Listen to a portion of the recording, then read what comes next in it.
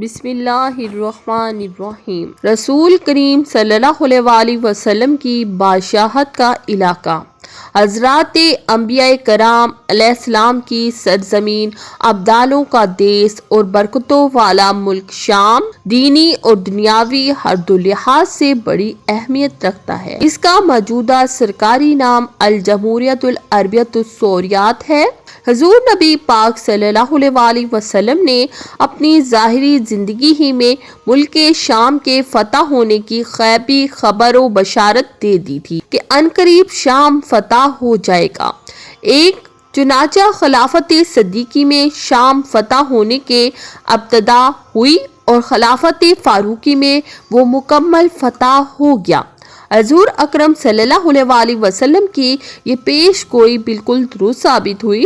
دو ملک شام کی فتوحات اور وہاں اسلامی حکومت قائم ہونے سے دین اسلام کو بےحد قوت و شوکت اور اسلامی ریاست کو زبردست وسعت و برکت حاصل ہوئی۔ ہم یہاں اس عظیم ملک کی عظمت و شان اور اہمیت و حیثیت کو بیان کریں گے۔ شام سے مراد کتب سیر و مغازی میں شام کا اطلاق 3 علاقوں پر ہوتا ہے۔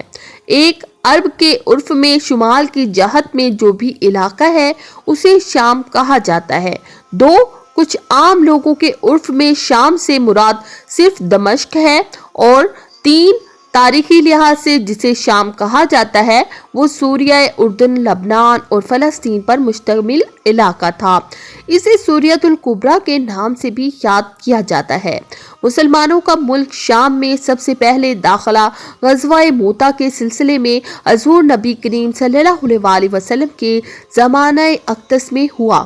پھر زمانہ فاروقی میں شام کے تمام شہر فتح ہو گئے اور آج شام عرب کے قدیم ترین ملکوں میں شمار ہوتا ہے۔ یہ ایسی بستیوں پر مشتمل ہے جو ایک دوسرے سے ملی ہوئی ہیں۔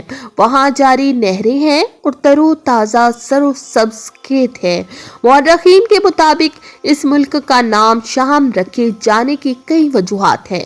ان میں سے ایک یہ بیان کی جاتی ہے کہ یہ نام حضرت نوح علیہ السلام کے بیٹے سام کے نام سے پڑا، کیونکہ یہی وہ پہلے شخص ہیں جو اس زمین پر تشریف لائے۔ اجمی لفظ کی تبدیلی کے سبب لفظ سام کی سین کو شین کر دیا گیا۔ کسی علاقے خطے کی فضیلت اسی سے ظاہر ہو جاتی ہے کہ رسول پاک صلی اللہ علیہ وسلم نے اس کی عظمت و رفعت کو اپنی زبان حق ترجمان سے بیان فرما دیا ہو۔ اور ملک شام بھی ایسا ہی ایک ملک ہے کہ کثیر احادیث مبارکہ اس کی فضیلتوں کو واضح کرتی ہیں۔ یہاں چند ذکر کی جاتی ہیں۔ حضرت عبداللہ بن عمر رضی اللہ تعالیٰ عنہ سے روایت ہے کہ حضور پاک صلی اللہ علیہ وسلم نے دعا کی، اے اللہ پاک ہمارے شام میں برکت دے اور اے میرے پروردگار ہمارے یمن میں برکت عطا فرما۔ نجد والوں نے عرض کی اور ہمارے نجد میں بھی۔ حضور اکرم صلی اللہ علیہ وسلم نے پھر یہی دعا فرمائی اور پھر بولے اور ہمارے نجد میں بھی۔ آپ صلی اللہ علیہ وسلم نے ارشاد فرمایا، وہاں زلزلے اور فتنے ہوں گے اور وہاں سے شیطان کا سینگ نکلے گا، یعنی خدایا ہمارے شام کے مسلمانوں کی دین و دنیا میں برکت عطا فرما۔ دعا میں شام کو یمن پر اس لیے مقدم فرمایا کہ شام ہی میں قیامت قائم ہوگی، وہی فلسطین سے متصل ہے اور فلسطین میں بیت المقدس، آمان وغیرہ واقع ہے۔ 40 ابدال وہی رہتے ہیں۔ بعض لوگوں نے کہا ہے کہ مدینہ منورہ میں بھی شام ہی کا ایک شہر ہے۔ بہرحال شام بہت ہی افضل علاقہ ہے۔ حضرت ابو امامہ رضی اللہ تعالیٰ عنہ سے مروی ہے کہ رسول پاک صلی اللہ علیہ وسلم نے فرمایا، ملک شام اللہ پاک کا چنا ہوا شہر ہے اور وہ اپنے چنے ہوئے بندوں کو اس میں جمع فرما دے گا۔ ایسا کیوں نہ ہو کہ رحمت والے فرشتے اس ملک پر اپنے پر پھیلائے رہتے ہیں۔ حضرت زید بن ثابت رضی اللہ تعالیٰ عنہ سے مروی ہے کہ ایک دن ہم حاضر تھے، رسول کریم صلی اللہ علیہ وسلم نے فرمایا، ملک شام کے لیے خوشخبری ہے، بے شک رحمان عز و جل کے فرشتے اس پر اپنے پر پھیلائے رہتے ہیں۔ حضرت ابن حوالہ رضی اللہ تعالیٰ عنہ سے مروی ہے کہ رسول پاک صلی اللہ علیہ وسلم نے ارشاد فرمایا، عنقریب یہ صورت پیش آئے گی کہ تمہارے مختلف لشکر ہو جائیں گے، ایک شام کا لشکر، ایک یمن کا لشکر اور ایک عراق کا لشکر۔ حضرت ابن حوالہ رضی اللہ تعالیٰ عنہ نے عرض کی، یا رسول اللہ، اگر میں یہ صورتحال پاؤں تو کس کو اختیار کروں؟ ارشاد فرمایا، شام والوں کے ساتھ رہنا، کیونکہ وہ اللہ کی زمین میں بہتر ہوگی اور اللہ تعالیٰ اپنے نیک بندوں کو اس میں جمع کر دے گا۔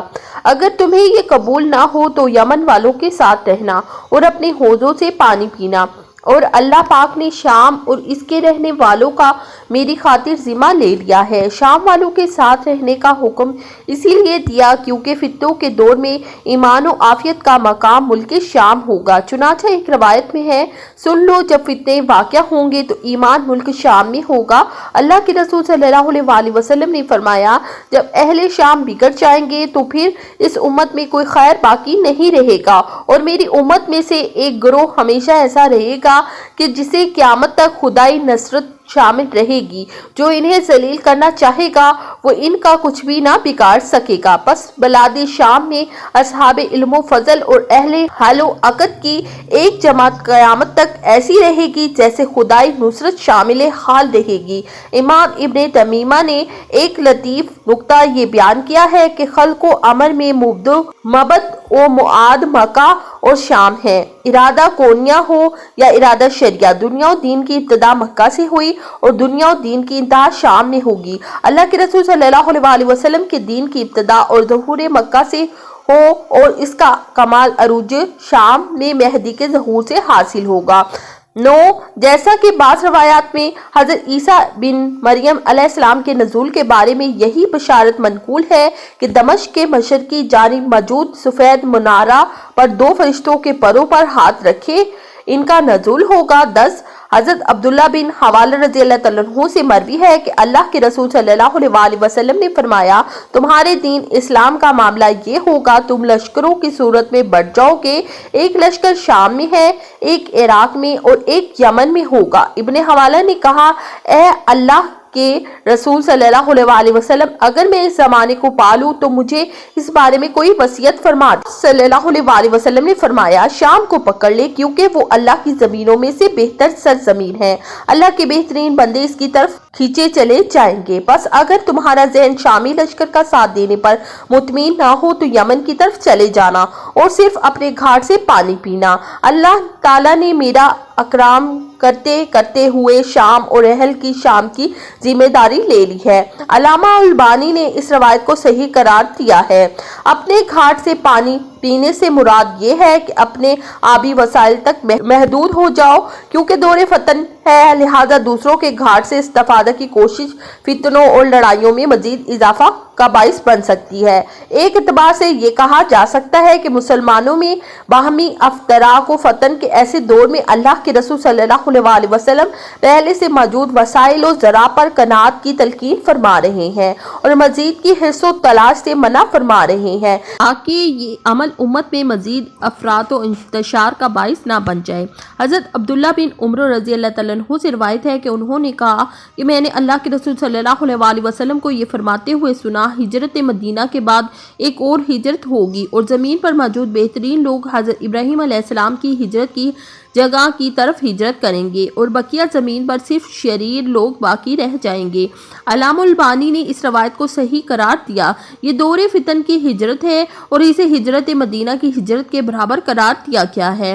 وسیع اسلام میں پہلی ہجرت ہجرت مدینہ تھی جو اہل مکہ کے فتن و آزمائشوں کے سبب ہوئی اور مدینہ منورہ اس ہجرت کے سبب عظیم سلطنت اسلامیہ کے قیام کی نہ صرف بنیاد بنا بلکہ خلافت اسلامیہ کا مرکز اول بھی قرار پایا۔ اسلام میں آخری ہجرت کفار کی آزمائش کے سبب بلاد شام کی طرف ہوگی جو حضرت عیسیٰ علیہ السلام کے نزول اور مہدی کے ظہور کی سرزمین ہے، اور اسی سرزمین میں حضرت عیسیٰ علیہ السلام دجال کو قتل کرنے کے بعد دوسری بار خلافت اسلامیہ علی منہاجت النبوت کی بنیاد رکھیں گے۔ پس اسلام کے ابتدائی عروج کا مرکز مدینہ تھا تو انتہائی عروج کا مرکز ارض مقدس ہے۔ بعض روایات میں اس طرف اشارہ ہے کہ اہل روم کی طرف سے اہل شام پر اقتصادی پابندیاں عائد کی جائیں گی۔ حضرت ابو نضرۃ رضی اللہ تعالیٰ عنہ سے روایت ہے کہ ہم جابر بن عبداللہ رضی اللہ تعالیٰ عنہ کے پاس تھے کہ انہوں نے فرمایا، قریب ہے کہ اہل عراق کو ان کا فقیز